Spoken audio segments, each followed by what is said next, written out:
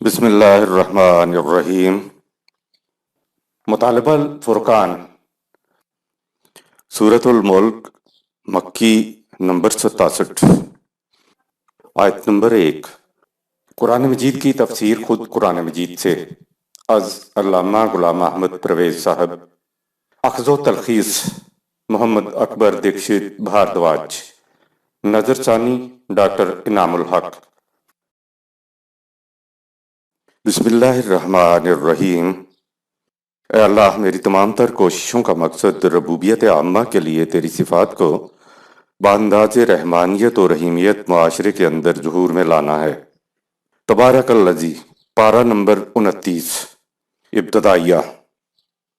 قرآن کریم کا انداز یہ ہے کہ جوں جوں وہ آگے بڑھتا ہے تفصیلات کم کرتا چلا جاتا ہے اور حقائق زیادہ دیتا چلا جاتا ہے۔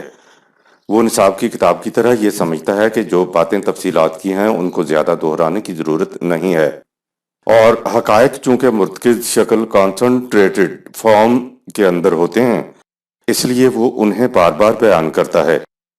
یوں تو ابدی حقائق کا مجازی انداز میں استعارات یا تشبیہات کے رنگ میں بیان قرآن کریم کے اندر مختلف مقامات میں ہوا ہے، لیکن آخری دو پاروں میں یہ انداز بڑا ہی ارتکاز اختیار کر گیا ہے۔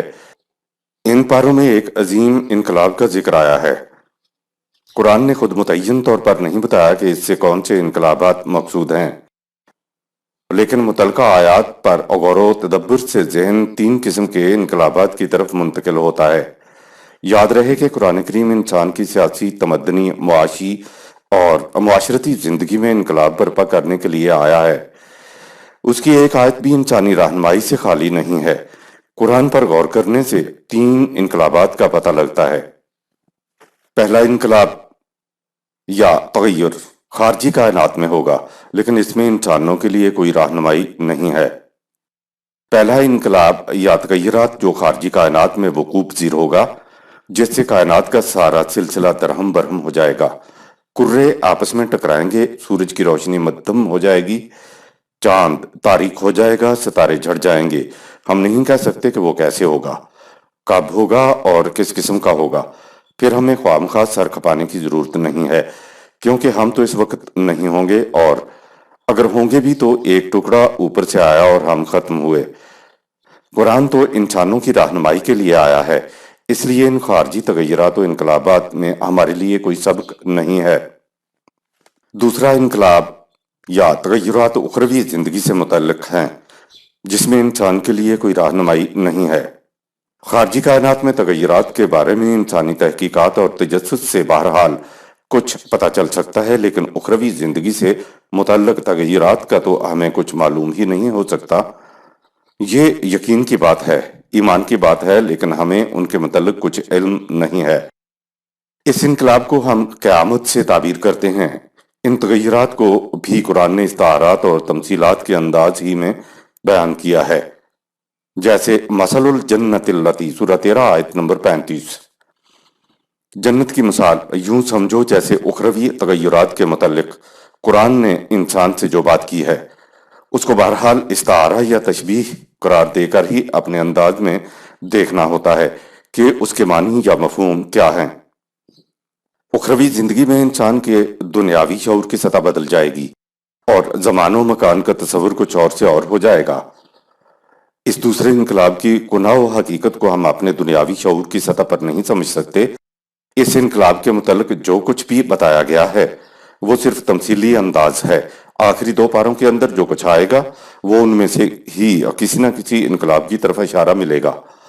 اس سلسلے میں قرآن کریم میں جو الفاظ آئے ہیں اگر ان کے لغوی معنی لیے جائیں تو ان کا اطلاق مرنے کے بعد کی زندگی سے متعلق انقلاب پر ہوتا ہے، جس کو ہم اپنے دنیاوی شعور کی سطح پر نہیں سمجھ سکتے، اس لیے اس میں بھی انسان کے لیے کوئی رہنمائی نہیں ہے۔ تیسرا انقلاب انسانی دنیا سے متعلق ہے اور اس میں انسانوں کے لیے رہنمائی ہے۔ تیسرے انقلاب یا تغیرات کو قرآن کچھ عالمگیر قسم کا بتا رہا ہے، جو قوموں کی زندگی میں انسانی دنیا میں اقوام کے اندر تباہیوں، بربادیوں اور شکست اور فتح کی صورت میں رونما ہوتی ہیں، اور جو قوموں کے غلط نظام کی وجہ سے آتی ہیں۔ لہٰذا قومی اور معاشرتی لحاظ سے ہمارا تعلق ان انقلابات سے یقینی طور پر ہے۔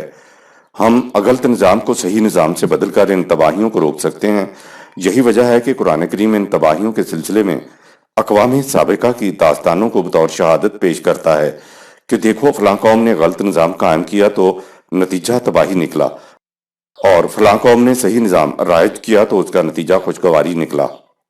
اگر قرآن کے الفاظ کے مجازی معنی لیے جائیں تو ان سے قوموں کے داخلی انقلاب کا تصور سامنے آتا ہے، جو اسی دنیا میں قوموں کے اندر عروج و زوال کی شکل میں، تباہیوں اور فتح کی شکل میں رونما ہوتے رہے ہیں اور ہوتے رہیں گے۔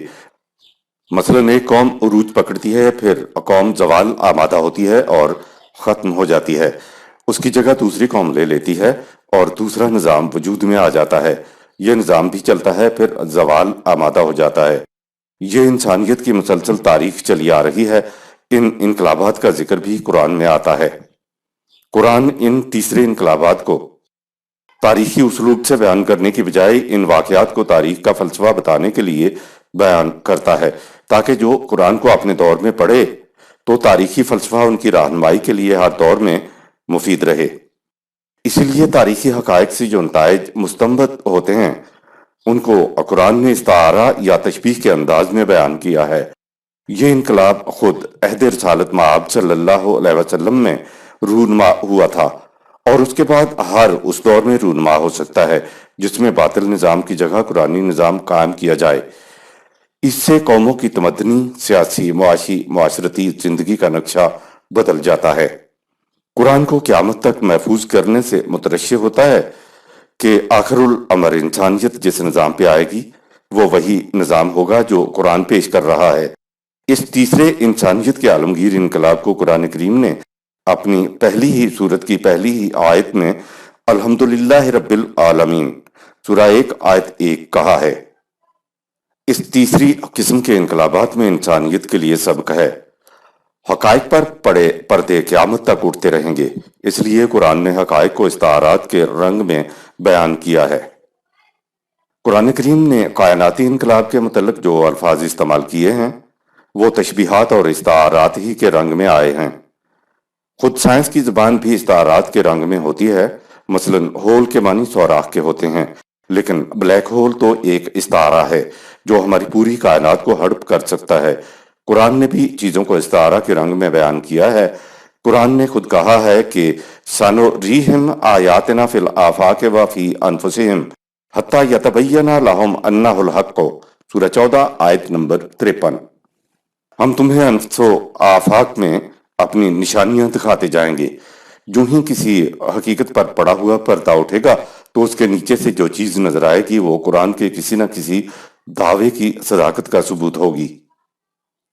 لہذا حقائق پر پڑے پردے تو قیامت تک اٹھتے رہیں گے، اور قرآن نے جن حقائق کو استعارات کے رنگ میں بیان کیا ہے ان کو اپنے زمانے کے فہم کے مطابق سمجھا جاتا رہے گا۔ قرآن چونکہ ذکر للعالمین ہے، اس لیے دنیا کی کوئی قوم بھی طبعی حقائق پر پڑے پردوں کو اٹھا کے بتا سکے گا کہ قرآن کی ان آیات کا کیا مفہوم ہے۔ یہ بات یاد رہے کہ انسان حقائق کو ایجاد نہیں کرتا، بلکہ حقائق موجود ہوتے ہیں اور انسان ان پر پڑے پردوں کو اٹھا کے حقائق کا اکتشاف و انکشاف کرتا ہے۔ عربی زبان کی یہ خصوصیت ہے کہ ان استعارات و تشبیہات کے لغوی معنی کے ساتھ ساتھ ان کے وہ مجازی معنی بھی عربی لغات میں دیے ہوئے ہیں جو عرب اس زمانے میں لیا کرتے تھے۔ یہ بات نہیں ہے کہ آج جو مجازی معنی ہم لینا چاہیں وہ اپنی مرضی سے لے سکتے ہیں۔ قرآن کے اندر جو واقعات قوموں کے عروج و زوال سے متعلق آئے ہیں وہ ہمیں رہنمائی بخشتے ہیں، اور ان کے لیے قرآن میں جو الفاظ استعمال ہوئے ہیں ان کے مجازی معنی لیے جاتے ہیں۔ قرآن کا وہ حصہ جس میں اسی دنیا سے متعلق انقلابات کا ذکر ہے، اس میں قرآن ایک ابدی اصول یا تاریخی فلسفہ بیان کرتا ہے کہ جن اقوام نے وحی کے مطابق نظام قائم کر کے اپنی زندگی بسر کی تو اس نظام نے انسانیت کے لیے درخشندہ، تابناک، سرسبز و شاداب نتائج پیدا کر کے ان کے معاشرے کو اسی دنیا میں جنت بنا دیا۔ ایسے معاشرے کے انداز زیست کو قرآن جنت سے تعبیر کرتا ہے۔ ایک جنت وہ بھی جو اخروی زندگی میں جا کے سامنے آئے گی، اس کے متعلق ہم کچھ نہیں سمجھ سکتے، کیونکہ اخروی جنت دوزخ کے متعلق قرآن کا حقیقی بیان کی بجائے تمثیلی انداز ہے۔ لیکن جس جنت کا قرآن ذکر کرتا ہے کہ فلاں معاشرے میں تم دیکھو کہ اسی دنیا میں وہ ابدی حقائق پر قائم تھا، وہ ابدی صداقتوں پر مبنی تھا، تو ایسے معاشرے کے نتائج کو بھی قرآن جنت ہی قرار دیتا ہے۔ اس کے برعکس جو قومیں ابدی حقائق کو چھوڑ کر اپنے لیے خود وضع کردہ نظام اختیار کر لیتی ہیں، اس کا نتیجہ اس دنیا میں جس قسم کی تباہی آتا ہے، اس تباہی کو قرآن دنیاوی جہنم سے تعبیر کرتا ہے۔ اخروی جنت و جہنم پر ہمارا ایمان ہے۔ ایسے مقامات پر طالب علم کے لیے ضروری ہو جاتا ہے کہ وہ یہ دیکھے کہ ان مقامات پر ان الفاظ کے مجازی معنی کیا ہیں اور ان سے کیا اصول مستنبط ہوتے ہیں۔ قرآن گروہوں کو، جماعتوں کو، قوموں کو جنت میں داخل کرتا ہے، تو یہ اسی دنیا میں قوانین خداوندی کے مطابق قائم معاشرے کے نتائج ہیں جسے جنت میں داخل کرنا کہا گیا ہے۔ اسی طرح جہنم میں بھی اقوام کو گروہ در گروہ داخل کرتا ہے، تو یہ بھی اسی دنیا میں قوانین خداوندی کے الٹ قائم معاشرے کے نتائج ہیں جسے جہنم میں داخل کرنا کہا گیا ہے۔ اخروی دنیا میں بھی تو جنت و دوزخ قوانین خداوندی کے مطابق ہی تشکیل پائیں گے، تو اسی دنیا میں بھی قوانین خداوندی کے مطابق زندگی بسر کی جائے یا اس کے الٹ زندگی بسر کی جائے تو انسانی معاشرے کے مثبت و منفی پہلو کا نتیجہ جنت اور جہنم اسی دنیا میں کیوں نہیں نکل سکتا۔ مذہبی پیشوائیت کی پھیلائی ہوئی خوش فہمیاں۔ قرآن نے اسی دنیا کے عذاب کو کذالک العذاب سورہ 68 آیت نمبر 33 کہتا ہے، یعنی یہ اس دنیا کا عذاب ہے، اور اخروی عذاب کے لیے کہا والا عذاب الآخرت اکبر سورہ 68 آیت نمبر 33۔ اخروی عذاب اس سے بھی کہیں بڑھ کر ہے۔ تو قرآن تو اسی دنیا میں قوموں کی تباہی، شکست و مغلوبیت، ذلت و مسکنت و اماندگی و درماندگی کو اسی دنیا کا عذاب جہنم کہہ رہا ہے۔ قرآن نے بتایا کہ قوموں کے زوال و تباہی یعنی دنیاوی عذاب یا دنیاوی جہنم کی علامت یہ ہے کہ اس قوم پر لباس الخوف والجوع طاری ہو جاتا ہے، یعنی معاشرہ خوف سے بھر جاتا ہے اور اس میں بھوک عام ہو جاتی ہے۔ جب یہ علامتیں نظر آئیں تو سمجھ لو کہ وہ قوم جہنم کے عذاب میں مبتلا ہے۔ قرآن یہ بھی بتاتا ہے کہ جس معاشرے میں انسان کی تکریم نہیں ہوتی، اس کی تذلیل ہوتی ہو، تو سمجھ لیں کہ وہ معاشرہ جہنمی ہے۔ قرآن کے ایسے مقامات کا تعلق ہم نے صرف اخروی زندگی کے ساتھ باندھ دیا ہوا ہے کہ ایسا صرف وہاں جا کر ہوگا۔ ہم یہ کہہ کر فرار کی راہ اختیار کر لیتے ہیں کہ ہماری تنزلی و عروج سے دنیاوی جہنم کا کوئی تعلق نہیں ہے، بلکہ یہ اخروی دنیا کی بات ہے۔ جب یہ صورت ہو جائے تو پھر اصلاح کی کوئی شکل ہی باقی نہیں رہتی۔ مذہبی پیشوائیت قوم کو خوش فہمیوں میں مبتلا رکھتی ہے کہ یہ دنیا ترک کر دینے کے قابل ہے۔ مومن کے لیے تو یہ دنیا قید خانہ ہے، اصل زندگی اخروی زندگی ہی ہے۔ یہ جو ہمارے ہاں خوشحال، متمدن اور مہذب لوگ نظر آتے ہیں، آخرت میں یہ سب جہنم میں ہوں گے، اور ہم جنہیں چند روزہ زندگی میں روز جوتیاں پڑ رہی ہیں، جس کو تم زوال کہتے ہو، تباہی کہتے ہو، یہ سب آپ کے کہنے کی باتیں ہیں، ورنہ اصل بات یہ ہے کہ ہمیں تو آزمائش میں ڈالا گیا ہے۔ اس کے بعد اخروی زندگی میں آپ دیکھنا ہم جنت کے اندر ہوں گے۔ جہنم کے اندر موجود قوم کی خوش فہمیاں تو دیکھیے۔ الفاظ کا لغوی اور مجازی معنی میں استعمال۔ الفاظ کے ایک معنی تو لغوی ہوتے ہیں جو ہم روزمرہ کی زبان میں لیتے ہیں، اور انہی الفاظ کے مجازی معنی بھی ہوتے ہیں۔ مثلا ارے اس کی کیا پوچھتے ہو، وہ تو شیر ہے۔ کسی کو شیر کہنے سے یہ بات نہیں ہوتی کہ وہ سچ مچ کا حیوان شیر بن گیا، بلکہ اس سے مراد ہے کہ وہ بڑا بہادر ہے۔ یا پانی وہی ہے جسے ہم پیاس بجھانے کے لیے پیتے ہیں، لیکن اگر کہا جائے کہ پانی پانی کر گئی مجھ کو قلندر کی یہ بات، تو میں قلندر کی بات سے پانی کا گلاس یا پانی کا گھڑا نہیں بن گیا۔ اس کے مجازی معنی شرمندہ یا شرمسار ہونے کے ہیں۔ قرآن کریم کے استعارات اور تشبیہات کو سمجھنے کے لیے یہ ضروری ہے کہ یہ دیکھا جائے کہ ان الفاظ کے لغوی معنی لیے جائیں گے یا مجازی معنی لیے جائیں گے۔ عربوں کے ہاں الفاظ کے لغوی معنوں کے ساتھ ان کے وہ مجازی معنی بھی عربی لغات میں مل جاتے ہیں جو نزول قرآن کے وقت مراد لیے جاتے تھے۔ جو مجازی معنی ہوتے ہیں وہ کسی خاص دور تک محدود نہیں ہوتے۔ جہاں اپنے دور کی علمی بات پر بات کو سمجھانا مراد ہو تو وہاں مجازی معنی ہی لیے جاتے ہیں۔ لہٰذا جوں جوں دنیا میں اور انکشافات ہوتے جائیں گے، انقلاب آتے جائیں گے، مجازی معنی کی فہرست اور زیادہ لمبی ہوتی چلی جائے گی۔ آخری پاروں میں چونکہ ایسے الفاظ آئے ہیں جن میں حقائق مرتکز شکل کنسنٹریٹڈ فارم میں دیے گئے ہیں، اس لیے ہم نے بیشتر مقامات پر مجازی معنی لیے ہیں، لیکن ہم کسی کو ذہنی طور پر مجبور نہیں کرنا چاہتے کہ جو مجازی معنی ہم نے لیے ہیں صرف انہی کو قبول کیا جائے۔ اگر کوئی صاحب ان الفاظ کے لغوی معنی لینا چاہیں تو وہ قرآن مجید کا کوئی سا مروجہ ترجمہ سامنے رکھ لے یا علامہ پرویز کا لغات القرآن دیکھ لے، جس میں الفاظ قرآن کے لغوی اور مجازی دونوں معنی دیے گئے ہیں، اور پھر آیات کا مفہوم خود متعین کر لیں۔ قرآن کریم کی ترتیب کا انداز نصابی کتاب کا سا ہے۔ ابتدائی صورتوں میں حقائق کو بڑی تفصیل کے ساتھ بیان کیا گیا ہے، پھر چوں چوں طالب علم آگے بڑھتا ہے حقائق زیادہ اور تفصیل کم ہوتی چلی گئی ہے، تاکہ آخری صورتوں میں حقائق یوں اختصار کے ساتھ سمٹ گئے ہیں جیسے آنکھ کے تل میں آسمان۔ دو دو تین تین لفظوں کی آیات ہیں، لیکن ایک گنجینہ معانی ان کے اندر سمایا ہوا ہے۔ یہ حقائق کا ارتکاز الفاظ کے مجازی معنی کی سے کھل کر سامنے آ سکتا ہے، اس لیے ہم نے مجازی اسلوب کو ترجیح دی ہے۔ آیت نمبر 1۔ تبارك الذي بيده الملك وهو على كل شيء قدير۔ وہ ذات کس قدر فراوانیوں خوشگواریوں کی مالک اور صفات و استحکام و نشو و نما عطا کرنے کی ضامن ہے، جس کے قبضہ قدرت میں تمام کائنات کا اقتدار ہے۔ فراوانیاں، خوشگواریاں، صفات و استحکام اور نشو و نما عطا کرنے کے لیے اس نے ہر شے کے اندازے اور پیمانے قوانین مقرر کر رکھے ہیں جن پر اسے پورا پورا کنٹرول ہے۔ برکت کا مفہوم تبارکہ سے ہی ہمارے ہاں لفظ برکت ہے۔ اس کا مادہ بے رے قاف ہے۔ برکت کے معنی ہیں کوئی شے جو اپنی جگہ محکم بھی کھڑی ہو اور نشو و نما بھی پا رہی ہو۔ مثلا درخت اپنے مقام کے اوپر محکم طور پر قائم رہتا ہے اور اس میں نشو و نما بھی ہوتی رہتی ہے۔ اگر درخت جڑوں سے اکھڑ جائے تو نشو و نما نہیں ہوتی۔ درخت کو زندہ رہنے اور نشو و نما پانے کے لیے قائم و محکم رہنا چاہیے۔ اب بابرکت درخت کے لیے 2 شرطیں ہوئیں۔ نمبر 1، اپنی جگہ پر محکم رہتے ہوئے نشو و نما پاتا رہے، اور نمبر 2، نشو و نما دیتا بھی رہے۔ عربوں کے ہاں برکت کے یہی معنی تھے۔ قرآن نے زمین کے بارے میں کہا ہے کہ بارکا فیہا، سورہ 41 آیت نمبر 10۔ اب دیکھیے قرآن کریم عربوں کو بات کس طرح سمجھاتا تھا۔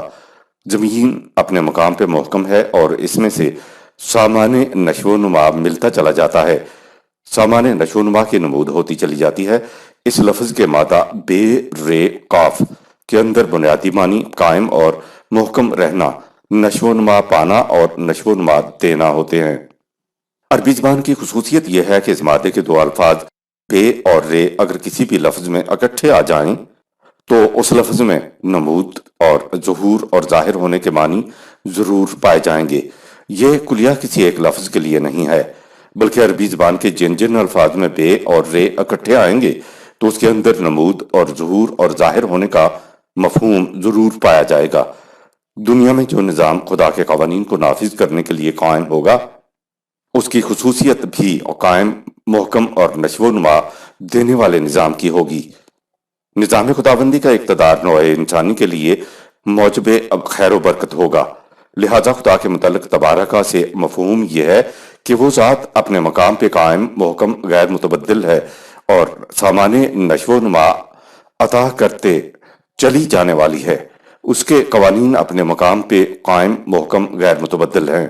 خدا اپنے متعلق بارک الذی کہہ کر اپنی تعریف نہیں کر رہا ہے، بلکہ اس لیے کہا کہ اس کے قوانین کے مطابق قائم ہونے والے نظام کو بھی ایسا ہونا چاہیے کہ وہ محکم بھی رہے اور ساتھ ہی معاشرے کو سامان نشو و نما بھی عطا کرتے چلا جائے۔ بے یادہ ملکوں کا مفہوم اور صفات خداوندی کی انسانی معاشرے میں اہمیت۔ بے یادہ ملکوں کے معنی ہیں کلی اختیار و اقتدار اس کے ہاتھ میں ہے۔ ملک اقتدار، اتھارٹی، پاور، قوت اور حکمرانی کو کہتے ہیں۔ یاد رہے اللہ تعالیٰ نے قرآن کریم میں بہت تھوڑے سے احکام دیے ہیں، زیادہ تر خدا نے اصول ہی دیے ہیں، اور وہ اصول ایسے ہیں کہ ان سے اپنے ہاں کا نظام نظام کا آئین و دستور اور نظام کے لیے احکام مرتب کر سکتے ہیں۔ قرآن نے خود کہا ہے کہ جو بما انزل اللہ کے مطابق فیصلے نہ کریں وہ کافر ہیں، ظالم ہیں، فاسق ہیں۔ سورہ 5 آیات 44، 45، 47۔ تو یہ بات نہیں کہ جو بات قرآن نے احکام کی صورت میں دی ہے صرف اس کے مطابق فیصلے کرنے ہیں، بلکہ جو بات قرآن نے اصول کے طور پر بھی کہی ہے اگر اس کے خلاف بھی کوئی بات ہو تو وہ اسلامی نہیں ہو سکتی۔ لہٰذا جو بات بھی قرآن کے اصول سے ٹکرائے گی وہ اسلامی نہیں ہوگی۔ خدا نے اصول دیا ہے کہ اس کے ہاتھ میں اقتدار ہے، اور اقتدار بھی اس لیے ہے کہ سب کو سامان نشو و نما ملتا رہے۔ لہٰذا اسلامی نظام کا اصول بھی یہ ہوگا کہ وہی اقتدار اسلامی ہے جو خیر و برکت کا موجب ہو، یعنی افراد معاشرہ کو سامان نشو و نما بہم پہنچاتا ہو، تو پھر ایسا نظام ہی اسلامی کہلا سکتا ہے۔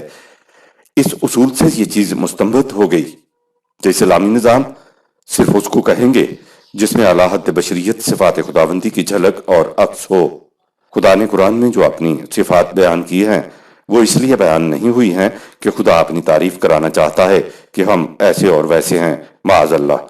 قرآن میں بیان کردہ صفات خداوندی کا ہماری زندگی پر عملی اثر یہ ہے کہ جو ہمارے ہاں نظام قائم ہو، جو زندگی ہم عملی طور پر بسر کریں، وہ صفات خداوندی کے رنگ میں رنگی ہوئی ہونا چاہیے۔ اسی کو خدا نے سبقت اللہ کہا ہے۔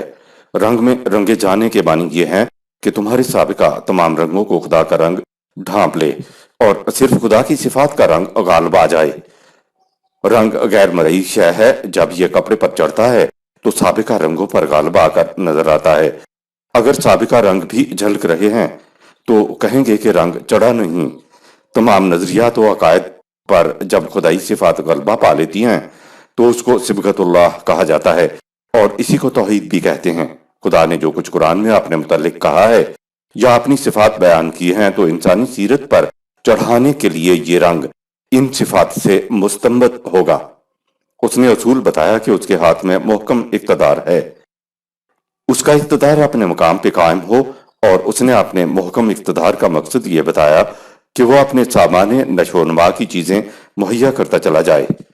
اب اصول قائم ہو گیا اور ہمیں اسلامی نظام، اسلامی قانون کا یہ رنگ، یہ اصول مل گیا کہ اسلامی نظام کو اپنے مقام پر محکم ہونا چاہیے، لیکن اس کے اقتدار کی محکمیت کا مقصد افراد معاشرہ کو سامان نشو و نما مہیا کرنا ہوگا۔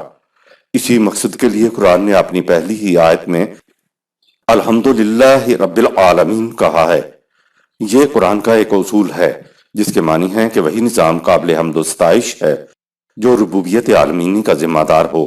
حمد کا مفہوم سورہ 1 آیت 1 میں ملاحظہ فرمائیں۔ نظام خداوندی کو بابرکت، الملکو اور قدیرو ہونا چاہیے تاکہ افراد معاشرہ کی ذات کی نشو و نما ہو سکے۔ وَهُوَ عَلَىٰ كُلِّ شَيْءٍ قدیر، سورہ 67 آیت نمبر 1۔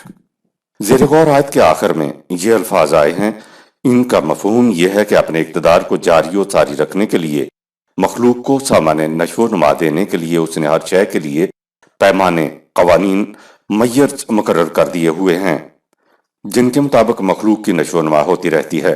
نشو و نما، گروتھ تو محسوس شے ہے، تو اس کو معلوم کرنے کا ٹیسٹ کیا ہے جس سے ہمیں معلوم ہو کہ ہاں نشو و نما ہو رہی ہے، یعنی پودا اگ رہا ہے یا نہیں، اس میں پھل آ رہا ہے یا نہیں، بچہ تندرستی کے ساتھ بڑھ رہا ہے یا نہیں۔ محسوس نشو و نما، گروتھ کا تعلق انسان کے طبعی جسم سے ہے، لیکن انسان صرف طبعی جسم کا نام ہی نہیں ہے، انسان کے اندر ایک اور چیز ہے جس کے لیے قرآن نے لفظ نفس استعمال کیا ہے۔ اسی کو ذات، خودی، پرسنالٹی، انفرادیت، انڈیویجولیٹی بھی کہتے ہیں، لیکن ان میں سے کوئی نام بھی وہ تصور نہیں دے سکتا جو قرآن کے لفظ نفس کا ہے۔ انسان انسانیت کے درجے میں آتا ہی اس نفس کی روح سے ہے، ورنہ طبعی اعتبار سے تو یہ حیوانات کے زمرے میں ہی آتا ہے۔ قرآن کے مطابق انسانی نفس کی نشو و نما کرنا انسان کے طبعی جسم کا اولین فریضہ ہے۔ انسانی جسم تو ہر حیوان کی طرح لینے سے یعنی کھانے سے نشو و نما پاتا ہے، لیکن اس کا نفس دوسروں کو سامان نشو و نما دینے سے نشو و نما پاتا ہے۔ خدا نے چند ایک کو چھوڑ کر اپنی صفات خوابیدہ شکل میں انسانی ذات میں رکھ دی ہیں، جیسے بیچ میں ایک خوابیدہ درخت ہوتا ہے انسانی ذات کی نشو و نما صفات خداوندی کے مطابق زندگی بسر کرنے سے ہوتی ہے۔ چونکہ انسانی جسم طبعی ہے، اس لیے اس کے جسم کی نشو و نما کے لیے طبعی خوراک کی ضرورت ہے، جبکہ انسانی ذات طبعی شے نہیں ہے، اس لیے یہ طبعی قوانین کی پہنچ سے بھی باہر ہے۔ اس کی نشو و نما کے لیے غیر طبعی خوراک کی ضرورت ہے۔ قرآن میں بیان کردہ غیر طبعی صفات خداوندی، اصول و احکام انسانی ذات کی نشو و نما کے لیے غذا کا کام دیتے ہیں۔ اگر انسان ان کے مطابق قائم کردہ نظام میں زندگی بسر کرتا ہے تو اس کی ذات کی نشو و نما ہوتی چلی جاتی ہے۔ قرآن میں مومنین کے جو خصائص بتائے گئے ہیں، یہ ان انسانوں کی خصوصیات کا بیان ہے جنہوں نے قوانین خداوندی کے مطابق زندگی بسر کر کے اپنی ذات کی نشو و نما کر لی ہے۔ قرآن نے جہاں کہا ہے کہ مومن خود تنگی میں بھی گزارا کر لے گا لیکن دوسرے کی ضرورت کو اپنی ضرورت پہ ترجیح دے گا، تو یہ انسان کے جسم کی بات نہیں ہو رہی ہے، کیونکہ انسانی جسم کے بس کی یہ بات نہیں ہے کہ وہ اپنی ضرورت پر دوسروں کی ضرورت کو ترجیح دے۔ کوئی حیوان بھی اپنی زندگی کے اوپر کسی دوسرے کو ترجیح نہیں دے گا۔ انسان جب جسمانی سطح پہ ہوتا ہے، حیوانی سطح پر ہوتا ہے، تو اس کی بھی یہی کیفیت ہوتی ہے، بلکہ یہ تو اپنی ضرورت سے بھی زیادہ لوٹتا کسوٹتا چلا جاتا ہے۔ دوسروں کو ترجیح دینا انسانی ذات کی بات ہے، جو یہ فیصلہ کرتی ہے کہ دوسروں کی ضروریات کو ترجیح دی جائے تاکہ اس کی اپنی ذات کی نشو و نما ہو سکے۔ حیوان تو پیٹ بھر جانے کے بعد باقی چارے کو آنکھ اٹھا کر بھی نہیں دیکھتا، لیکن انسان کی ہوس پوری نہیں ہوتی اور جب گرتا ہے تو یہ حیوانات سے بھی پست ترین درجے میں جا گرتا ہے۔ نفس انسانی کو دیکھا نہیں جا سکتا، لیکن دینے کے عمل کو جاری رکھا جائے تو انسان خود بھی محسوس کر لیتا ہے کہ ہاں اس کی ذات نشو و نما پا رہی ہے، اور دوسرے بھی قوانین خداوندی کے مطابق سر انجام ہونے والے امور سے محسوس کر لیتے ہیں کہ فلاں کی ذات کی نشو و نما ہو گئی ہے۔ انسانیت کا درجہ وہ ہے جس کے ماپنے کا پیمانہ صفات خداوندی ہیں یا صفات مومن ہیں جو قرآن میں بیان ہوئی ہے۔ ہر انسان کی بلا لحاظ رنگ و نسل، زبان و عمر، مذہب و دولت اور منصب، محض انسان ہونے کی حیثیت سے عزت و تکریم کرنا نفس انسانی کا خاصہ ہے۔ جس میں انسانی کا خاصہ نہیں ہے، جس میں انسانی میں تو جو طاقتور ہوگا وہ غریب کو دبا لے گا۔ صفت خداوندی ایک یہ بھی ہے کہ وہ خزانوں کی تخلیق تو کرتا ہے لیکن ان کو کسی گودام میں جمع کر کے نہیں رکھتا، بلکہ ان کو اپنی مخلوق کے لیے کھلا رکھتا ہے۔ لہذا جو شخص بھی اپنی محنت کے محاصل کو دوسروں کی ضروریات کو پورا کرنے کے لیے کھلا رکھتا ہے تو اس کو خدا کے رنگ میں رنگا ہوا کہا جائے گا۔ انسانی ذات کی نشو و نما کو پرکھنے کا یہ طریقہ ہے کہ دیکھا جائے کہ اس سے کس قدر صفات خداوندی کے مطابق کام سرزد ہو رہے ہیں۔ آیت نمبر 2۔ الذي خلق الموت والحياة ليبلوكم أيكم أحسن عملا وهو العزيز الغفور۔ وہی تو خدا ہے جس نے موت اور زندگی کو پیدا کیا تاکہ معلوم کرے کہ تم میں سے کون سب سے اچھے عمل والا بنتا ہے۔ ذات باری تعالیٰ اپنے تمام پروگراموں پر غالب ہے اور ان کو ہر قسم کی تخریب سے محفوظ رکھتی ہے۔ سورہ 11 آیت نمبر 7، سورہ 18 آیت نمبر 7۔ ابتلاء کا مفہوم نیز ارتقاء کے لیے خدا کا متضاد عناصر میں کشمکش کا اصول۔ جو کچھ انسان اپنی زندگی میں اعمال کرتا ہے تو عمل کے سرزد ہونے کے بعد خدا اعمال کے نتائج سے آگاہ ہوتا ہے، اس کا نتیجہ خدا کے علم میں ہوتا ہے۔ اعمال اور اس کے نتائج انسان کی موت کے بعد خدا کے علم میں نہیں آتے، بلکہ اعمال اور ان کے نتائج تو خدا کے علم میں ان کے سرزد ہوتے ہی آ جاتے ہیں۔ اردو میں ابتلاء کا لفظ مصیبت کے معنی میں استعمال ہوتا ہے، لیکن عربی مبین میں ابتلاء کے معنی ہوتے ہیں پہلو بدلنا، گردش دینا تاکہ کوئی اپنے آپ کا ٹیسٹ کر سکے۔ امتحان میں لڑکے کا ٹیسٹ لیا جاتا ہے تاکہ لڑکے کو بھی معلوم ہو جائے کہ اس میں کتنی قابلیت ہے، اور ممتحن کو بھی معلوم ہو جائے کہ لڑکا علم کے کتنے پانی میں ہے۔ بہرحال لڑکے کو ممتحن کے دیے گئے نمبروں سے ہی معلوم ہوتا ہے کہ اس کے اندر کتنا علم ہے، لیکن خدا تو عالم الغیب ہے۔ لڑکے نے علم کی جو استعداد اپنے اندر پیدا کی ہے اس سے خدا واقف ہوتا ہے۔ سائنسدان بتاتے ہیں کہ ٹکراؤ سے انسان کی توانائیاں بڑھتی ہیں، ٹکراؤ نہ ہو تو توانائیوں اور صلاحیتوں کی نمود ہی نہیں ہوتی۔ ٹیسٹ بھی ٹکراؤ والی بات ہوتی ہے۔ خدا نے کائنات کے ارتقاء کے لیے متضاد عناصر میں کشمکش کا اصول مقرر کر رکھا ہے، اور یہی قانون خود انسانی دنیا میں بھی کار فرما ہے۔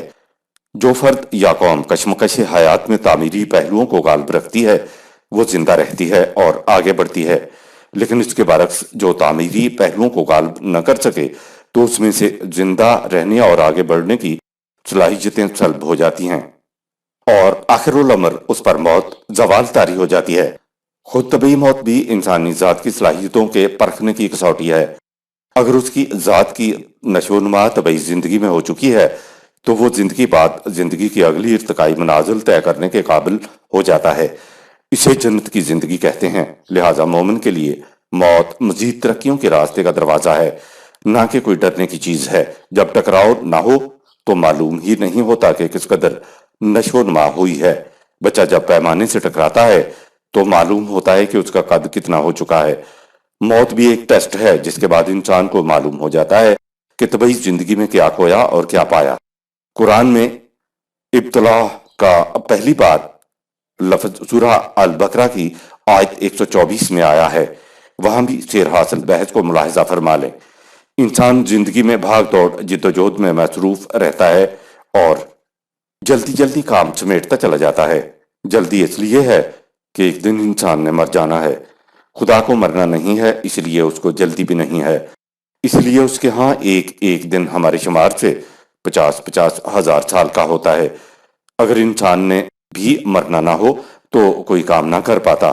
جب بھی ارادہ بنتا تو کہہ دیتا کون سی جلدی ہے۔ انسان کو جلدی موت کی وجہ سے پڑی ہوئی ہے۔ جلدی مچانے کو غالب نے ہوس کہا ہے۔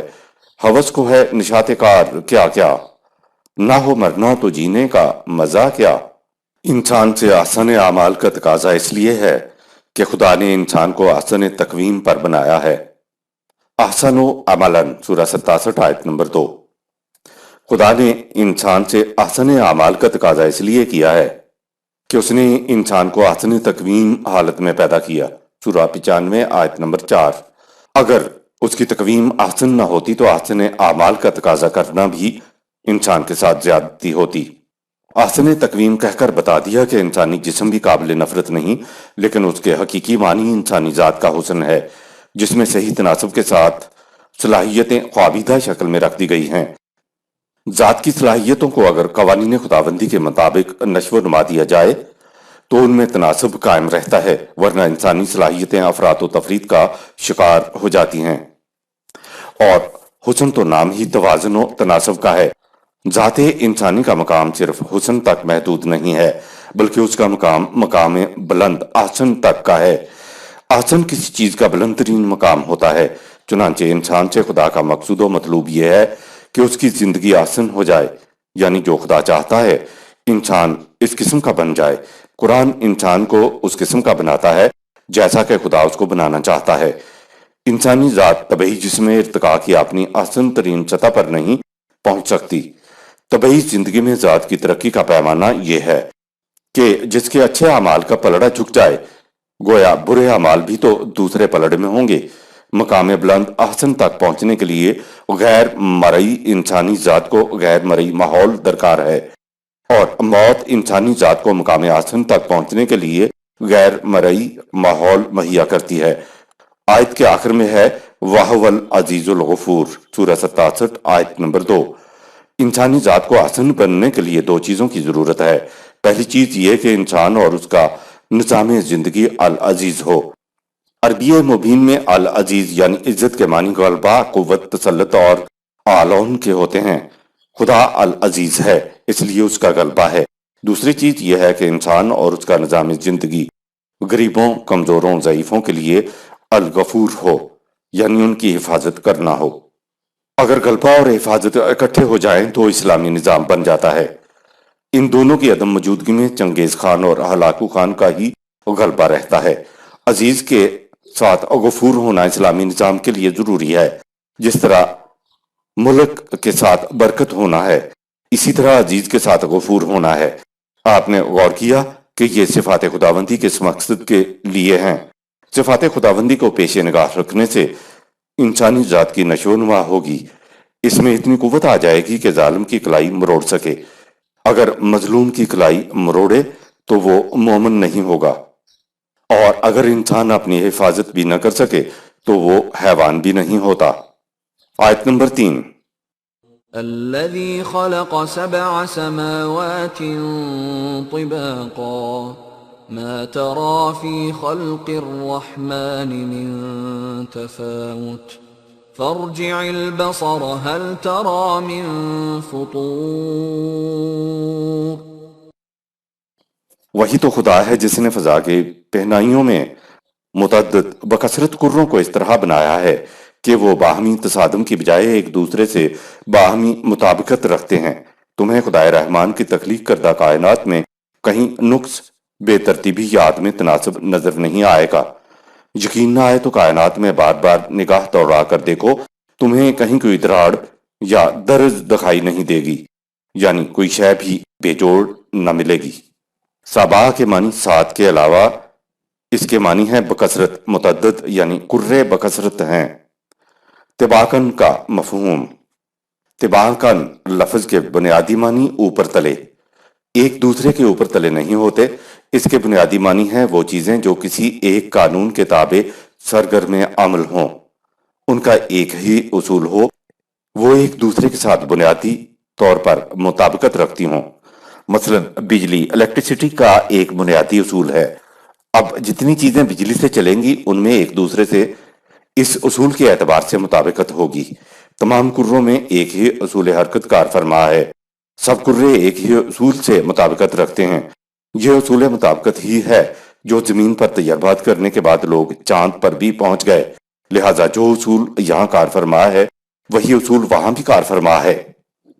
شکل بدلے گی، حیات بدلے گی، حرکتوں میں فرق آ جائے گا، لیکن بنیادی اصول وہی ہے جو یہاں ہے۔ کرے کے اندر وہی اصول کار فرما ہے جو دوسرے کروں میں کار فرما ہے۔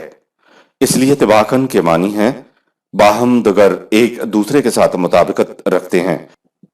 قرآن کا انداز یہ ہے کہ وہ حقائق کو بیان کرنے کے بعد شہادت میں خارجی کائنات کے محسوس مظاہر کی طرف توجہ دلاتا ہے۔ جب سے ہم نے قرآن کو چھوڑا ہے تو اس وقت سے خارجی کائنات میں موجود شہادتیں ہمارے لیے بے معنی ہو گئی ہیں۔ ان شہادات پر سارا کام مغرب کر رہا ہے۔ ہماری تو یہ حالت ہے کہ صبح ہوتی ہے، شام ہوتی ہے، عمر یوں ہی تمام ہوتی ہے، لیکن مومن کی تو ہر لحظہ نئی آن اور نئی شان ہوتی ہے۔ آیت نمبر 4۔ ثم ارجع البصر كرتين ينقلب إليك البصر خاسئا وهو حسير۔ تم نقص تلاش کرنے کے لیے بار بار کائنات میں نظر دوڑاؤ، تمہاری نظر تھک ہار کر اور ناکام ہو کر کاشانہ چشم میں واپس لوٹ آئے گی، لیکن عدم تناسب اور فطور تمہیں کہیں نظر نہیں آئے گا۔ بتایا یہ گیا ہے کہ اگر انسان بھی اپنی دنیا میں ہمارے قوانین کے مطابق نظام قائم کر کے اپنی زندگی بسر کرے تو انسانی معاشرہ میں بھی فساد کی جگہ اصلاح اور اختلاف کی جگہ باہمی مطابقت و موافقت پیدا ہو جائے گی۔ آیت نمبر 5۔ وَلَقَدْ زَيَّنَّا السَّمَاءَ الدُّنْيَا بِمَصَابِيحَ وَجَعَلْنَاهَا رُجُومًا لِلشَّيَاطِينِ وَأَعْتَدْنَا لَهُمْ عَذَابَ السَّعِيرِ۔ اور ہم نے قریب تر فضا کو درخشندہ ستاروں سے مزین کر رکھا ہے۔ ستاروں سے غیب کے حالات معلوم کرنے کا دعویٰ کرنے والوں کے اٹکل پچو کے تیر سب بیکار ہو کر رہ جائیں گے اور ان کا انجام بڑا ہلاکت آمیز ہوگا۔ سورہ 15 آیت نمبر 17، سورہ 37 آیات 6 تا 9، سورہ 72 آیت نمبر 8۔ السماء دنیا، قریب ترین آسمان یا فضا کا مفہوم۔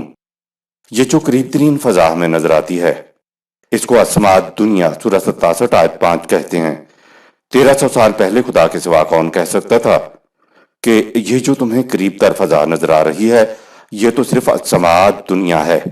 یہ الفاظ پتہ دے رہے ہیں کہ بعید تر فضائیں تو پتہ نہیں کتنی ہوں گی۔ اس قریب تر فضا میں یہ جو کرے جگمگاتے حسین تارے ہمیں نظر آتے ہیں یہ سارے کے سارے کرے ہیں، یہ تو خدا کی بڑی رحمت اور ربوبیت ہے کہ اس نے ان کروں کو اس انداز سے زینت سماعت دنیا سورہ 67 آیت 5 میں رکھا ہوا ہے۔ اگر کہیں وہ ان کے اوپر پڑے ہوئے نقاب اٹھا دے اور کرے اپنی اصلی شکل میں انسان کو نظر آ جائیں تو کوئی رات کو سو نہ سکے۔ آج ہمارے دور میں چاند پر سے نقاب اٹھا ہے، حالانکہ چاند کے حسن و زیبائش کی داستانیں زمانہ قبل از تاریخ سے انسان کے سامنے آتی رہیں۔ جس چیز کو آپ لونیٹک کہتے ہیں وہ لفظ لیونر ہی سے تو ہے، یعنی دیوانگی پیدا کر دینے والا حسن، جنون پیدا کر دینے والا حسن، لیکن خلانوردوں کے نقاب اٹھانے سے چاند کا بھیانک ڈراؤنا چہرہ سامنے آ گیا ہے۔ ان پر نقاب پڑے رہنے کی وجہ سے کرے ہمیں رات کو حسین نظر آتے ہیں۔ یہ خدا کا کرم ہے کہ بعض حقائق کو چھپنا بھی ہمارے لیے رحمت بن جاتا ہے۔ مصابیحہ سورہ 67 آیت نمبر 5 لفظ نے بتا دیا کہ یہ چمکتے نظر آتے ہیں، لیکن در حقیقت یہ ایسے نہیں ہیں۔ انسان کو اختیار و ارادہ دینے کے بعد واپس لینے کی قدرت رکھتے ہوئے خدا اس کو واپس نہیں لیتا۔ انسان کو اختیار و ارادہ عطا کیے جانے سے قبل اختیار و ارادے والی خصوصیت صرف خدا کی تھی۔ یہ خالصتاً خدا کی خصوصیت ہے۔ اختیار و ارادے کو خدا نے روح یا توانائی کہا ہے۔ فَنَفَخْنَا فِيهَا مِن رُوحِنَا سورہ 21 آیت نمبر 91۔ ہم نے اپنی روح یا توانائی کا شمع پر انسان کو عطا کیا ہے۔ جو کچھ انسان کو عطا کیا گیا ہے اسے قرآن نے انسان کا نفس کہا ہے، اور اسی کو اقبال نے خود ہی کہا ہے۔ خدا کا اختیار و ارادہ تو لامحدود ہے، لیکن انسان کو محدود اختیار و ارادے کی نعمت سے نوازا گیا ہے، جو ایک بہت بڑا شرف ہے۔ یہ چھوٹے سے پیمانے پر خدائی کرنے والی بات ہے۔ انسانوں کی زبان میں اب یوں ہی کہا جائے گا کہ خدا بڑا وسیع الظرف ہے، عطا کردہ اختیار و ارادے کو واپس نہیں لیتا، حالانکہ اس کے پاس واپس لینے کی قدرت ہے۔ اختیار و ارادہ دینے کے بعد خدا انسانوں کے معاملات میں دخل نہیں دیتا، لہٰذا انسان کو اختیار و ارادہ دینے کے بعد نہ تو وہ واپس لیتا ہے اور نہ وہ انسانوں کے امور میں دخل اندازی ہی کرتا ہے۔ البتہ عالم امر خالصتاً خدا کا میدان عمل ہے۔ اس میں وہ یفعل ما یشاء ہے، سورہ 3 آیت نمبر 40۔ اپنی مشیت کے مطابق جو چاہتا ہے کرتا ہے، کسی کی مجال نہیں کہ خدا کے میدان کار میں دخل اندازی کر سکے۔ لیکن عالم خلق انسان کا میدان عمل ہے، گویا عالم خلق انسان کے عمل اور خدا کے قوانین دونوں کا میدان ہے۔ خدا نے انسان کے متعلق خود فرمایا، اعملوا ما شئتم سورہ 41 آیت نمبر 40۔ تم اپنی منشا کے مطابق جو چاہو کرو، ہم قدرت رکھتے ہوئے بھی تمہارے معاملات میں دخل اندازی نہیں کریں گے۔ انسانوں کے میدان کار عالم خلق میں خدا کا عمل تو نہیں چلتا، لیکن اس کے قوانین از خود جاری و ساری ہیں۔ انسان عمل کرنے میں تو خود مختار ہے، لیکن اعمال کے نتائج اپنی پسند کے مطابق برآمد نہیں کر سکتا۔ اعمال کے نتائج خدا کے قانون کے مطابق ہی مرتب ہوتے ہیں اور برآمد ہوتے ہیں۔ خدا بھی یہ نہیں کہہ سکتا کہ صاحب اختیار انسان کیا سوچے گا اور پھر کیا فیصلہ کرے گا۔ جو کچھ انسان کے دل میں گزر رہا ہے خدا صرف اس سے واقف ہوتا ہے، لیکن وہ کیا سوچے گا اور کیا فیصلہ کرے گا اس کا علم اس نے قدرت رکھنے کے باوجود اپنے پاس نہیں رکھا، تاکہ انسان کا اختیار و ارادہ مجروح نہ ہونے پائے۔ اگر عقیدہ یہ ہو کہ خدا جانتا ہے کہ انسان کیا سوچے گا اور کیا فیصلہ کرے گا، تو اس سے انسان کا اختیار و ارادہ مجروح ہوگا۔ سوال یہ پیدا ہوگا کہ اگر انسان اپنے اختیار و ارادے سے کام کرنے میں آزاد ہے تو پھر خدا کے علم کا کیا بنے گا؟